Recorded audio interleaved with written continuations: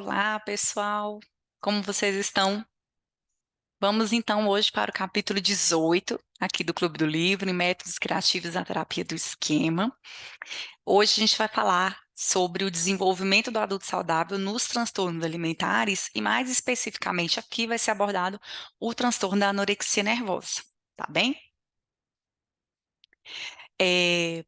As autoras, então, elas fazem uma introdução bem rápida sobre o que é o transtorno alimentar da anorexia nervosa.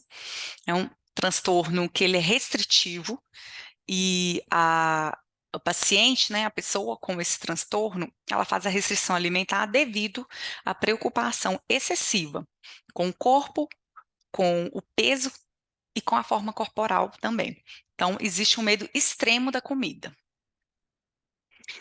Elas vão trazer aqui, as autores, esse modelo teórico, SPICS, que numa tradução livre, que lembrando novamente como este livro ele ainda está em inglês, vai sair em português em breve, aí vai ser lançado pela ArtMed. Mas por enquanto, vamos de tradução livre aqui feita por mim.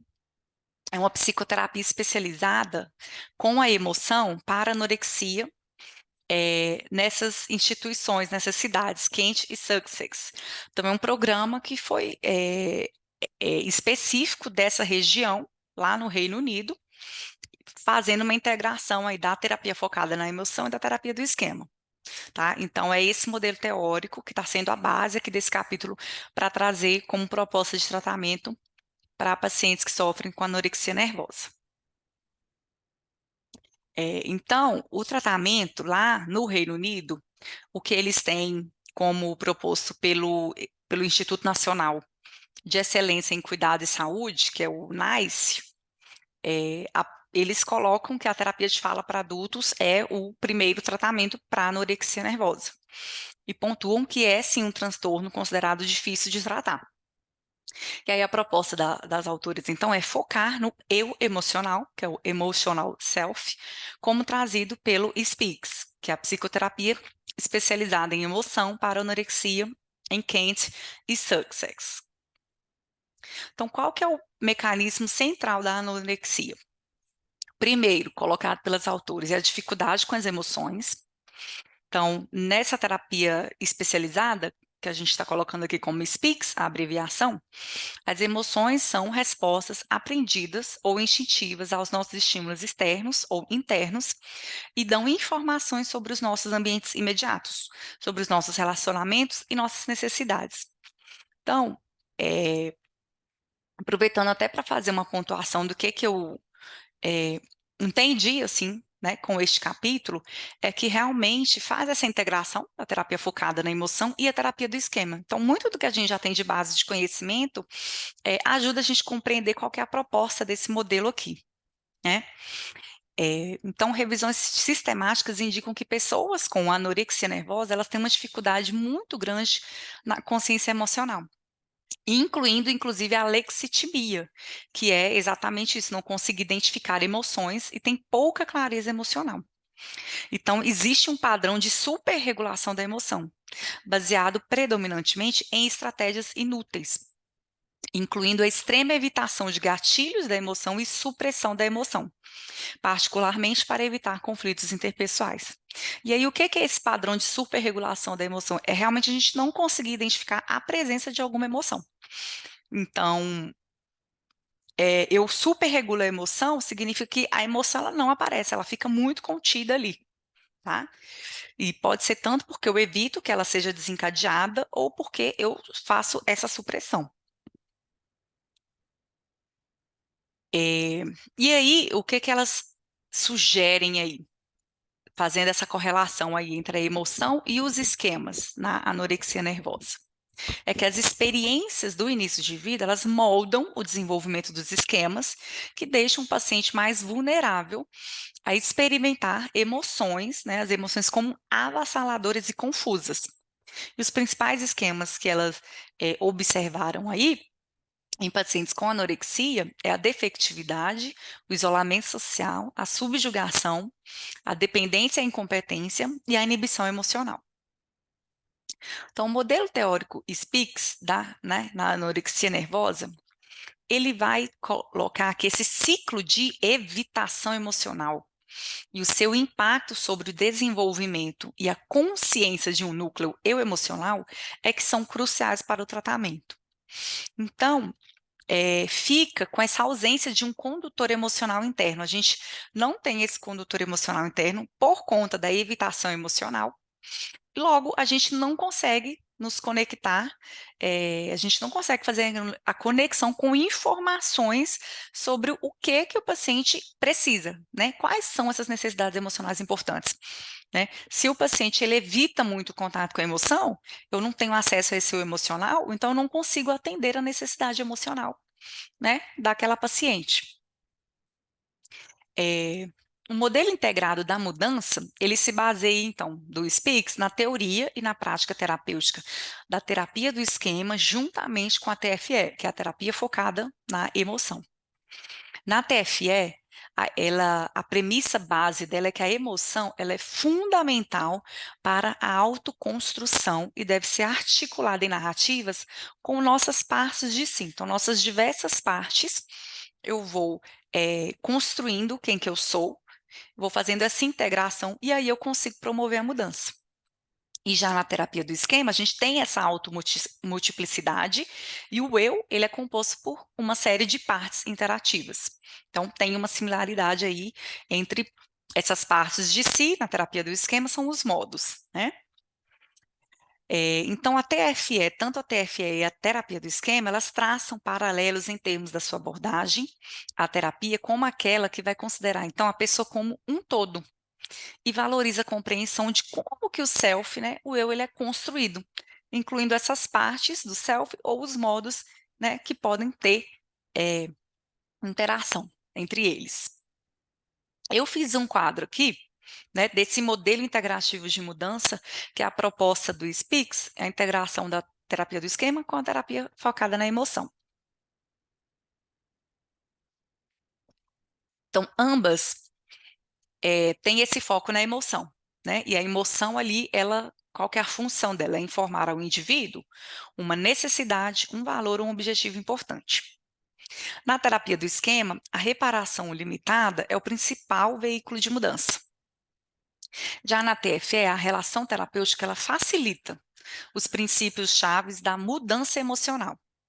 Então, ela facilita através desses processos de trazer para a consciência as emoções, de regular a expressão da emoção, de fazer a reflexão sobre o que está sendo dito e colocado pelo paciente, através de uma transformação e da experiência emocional corretiva.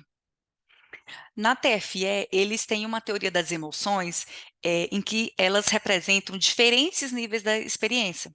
Então, a gente tem ali as emoções primárias, que sinalizam para a gente essa conexão com a necessidade emocional, e as secundárias, que representam um estado emocional atual. Eh, Ambas buscam entender como um indivíduo ele aprendeu a lidar com a sua dor central e os custos dessa forma de enfrentamento, e também como que a pessoa enfrenta, quais são os estilos de enfrentamento para lidar com essa dor. Na terapia do esquema, a gente usa o termo, né, dessas formas de enfrentamento, que são a resignação, a evitação ou a hipercompensação. E já na TFE, essas formas de enfrentamento, elas são colocadas como bloqueios à experiência e às necessidades emocionais centrais pelas partes do eu, e esses bloqueios, eles agem como críticos, ou como guardas, ou como treinadores, tá? Então, na proposta da conceituação do mapa de modos da SPICS, quais são os principais modos na anorexia nervosa? A criança vulnerável, né, que vai ser esse eu emocional.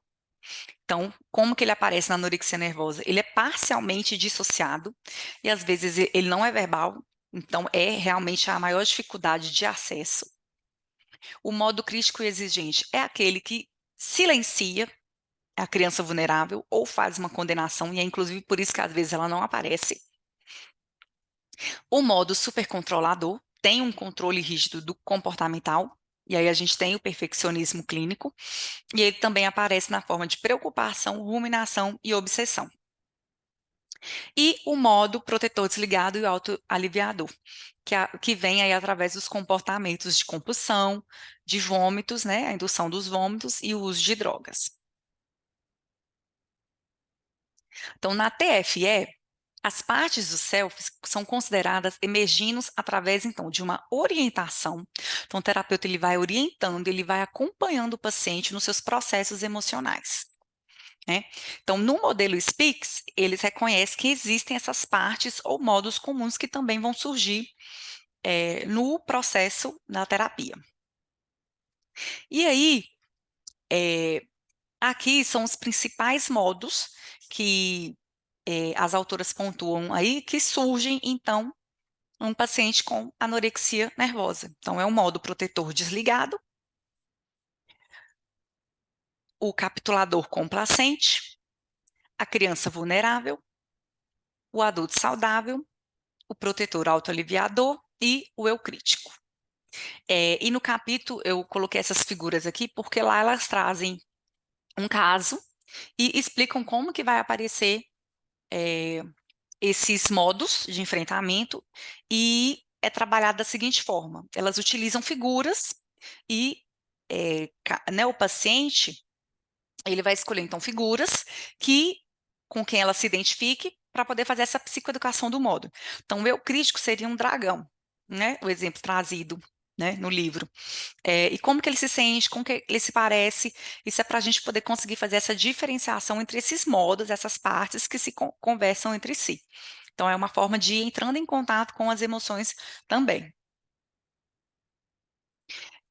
E aí, o que elas trazem lá, a partir de um exemplo também, é que o mecanismo de mudança na construção do adulto saudável vai ser, então, sair daquela emoção secundária, né, que num exemplo específico aqui seria a vergonha e a culpa, ela vem ali em decorrência da paciente que come ou que se percebe como acima do peso, insatisfeita com a forma corporal.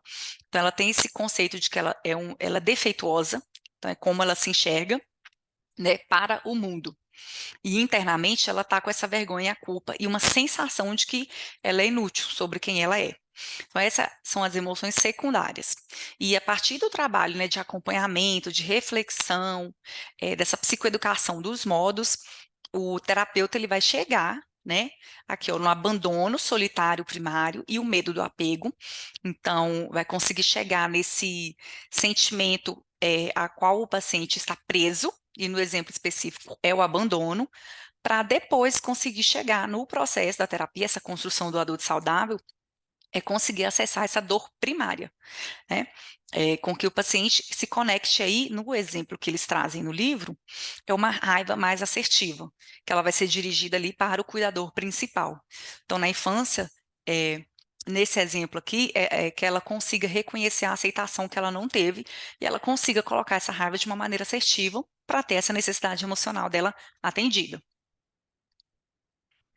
É, Então, aqui, né, a principal dica que elas trazem é que o cerne do SPICS é que os terapeutas eles devem seguir a dor. Então, realmente, a contribuição que elas trazem da TFE é sair dessa emoção secundária, às vezes o que está mais aparente ali, mas até chegar naquela dor primária. Então, é fazer esse acompanhamento. No trabalho da cadeira, que também é um recurso que a gente pode utilizar para trabalhar isso, é se concentrar no processo e na emoção, não focar no conteúdo narrativo, né? Porque o conteúdo narrativo ele traz essa evitação, né? Do contato com a experiência. É importante que o terapeuta ele esteja ciente, né, desses bloqueios das emoções e do progresso de uma maneira geral, inclusive do seu próprio bloqueio, porque o próprio terapeuta ele pode ter uma ativação e querer não entrar em contato com isso por conta dos seus esquemas ou dos seus modos, né? E elas reforçam que esse trabalho ele requer um elemento de coragem, né? E às vezes é preciso ali naquele trabalho com as cadeiras ou de acompanhamento, né, do que o paciente está sentindo para chegar nessa dor central, é que muitas vezes você vai ter que dar um palpite intuitivo ou você usar a sua própria emoção para poder sugerir ao paciente o que ele está sentindo, né? Porque às vezes você fala assim, olha, eu imagino que nessa situação você deva ter sentido medo, você está sugerindo uma emoção, E que se ele não tem esse conhecimento, essa linguagem emocional, ele vai conseguir, dentro do processo dele, falar: "Ó, não, não é medo não". Então é uma forma de ajudar, né, o paciente a criar esse vocabulário emocional, tá. Bom, pessoal, se você ficou até aqui, se fez sentido para você o que você aprendeu, me acompanha lá no Instagram, Carol Cota Psi. A gente tem um canal do Telegram, vou compartilhar esses slides lá também. Se inscreve aqui no canal se você ainda não se inscreveu. E um beijo, até a próxima.